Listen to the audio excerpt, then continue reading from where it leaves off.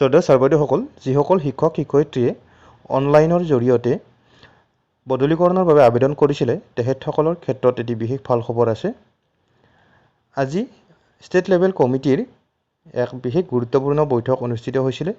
যিহেতু শিক্ষামন্ত্ৰী ডাঙৰীয়া বাৰম্বাৰ কৈ আহিছে যে জুলাই মাহতে অৰ্থাৎ গৰমৰ বন্ধৰ ভিতৰতে সকলো ধৰণৰ বদলীকৰণ প্ৰক্ৰিয়া সমাপ্ত কৰিব বুলি তেখেতে মন্তব্য দাঙি ধৰি আহিছিলে। আৰু আজিও তেখেতে ষ্টেট লেভেল কমিটিৰ লগত এই শিক্ষকৰ বদলীকৰণৰ ক্ষেত্ৰত এখনি বৈঠক অনুষ্ঠিত কৰিছিলে। আৰু এই বৈঠকৰ পিছত তেখেতে জনাইছে যে 1726 গৰাকী শিক্ষক শিক্ষয়িত্ৰী আৰু এই শিক্ষক শিক্ষয়িত্ৰীসকল প্ৰাথমিক, উচ্চ প্ৰাথমিক আৰু উচ্চতৰ মাধ্যমিকৰ এই 1726 গৰাকী শিক্ষক শিক্ষয়িত্ৰীৰ ট্ৰেন্সফাৰৰ অৰ্ডাৰ অতি শীঘ্ৰে ওলাব বুলি তেখেতে নিশ্চিত কৰিছে। অৰ্থাৎ এই 1726 গৰাকী শিক্ষক শিক্ষয়িত্ৰীৰ ট্ৰেন্সফাৰৰ কামসমূহ আজি সমাপ্ত কৰা হয় আৰু অতি শীঘ্ৰে হয়তো আজি বা কাইলৈ এই অৰ্ডাৰসমূহ তেখেতসকলে এই শিক্ষক শিক্ষয়িত্ৰীসকলে পাবলৈ সক্ষম হ'ব।